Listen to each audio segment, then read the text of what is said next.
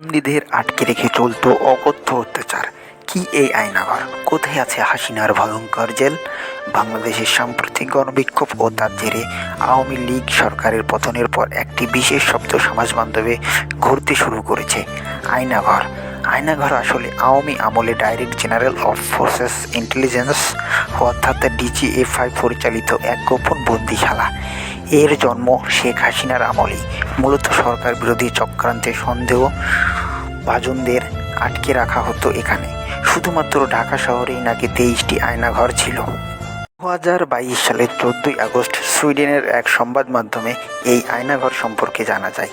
সেখানে প্রথম দাবি করা হয়, আয়নাঘর নামে এক গোপন কারাগারের হঠাৎ করে নিখোঁজ হয়ে যাওয়া মানুষদের আটকে রেখে নির্যাতন করা হচ্ছে। নেত্রনিউজ সেই কারাগারের অবস্থান জানিয়েছিলেন। তাদের এই দাবির ভিত্তিতে হাসিনুর রহমান এবং শেখ মোহাম্মদ সেলিমের বয়ান প্রকাশ করে তারা আয়নাঘরে আটকে ছিল বলে দাবি করেন।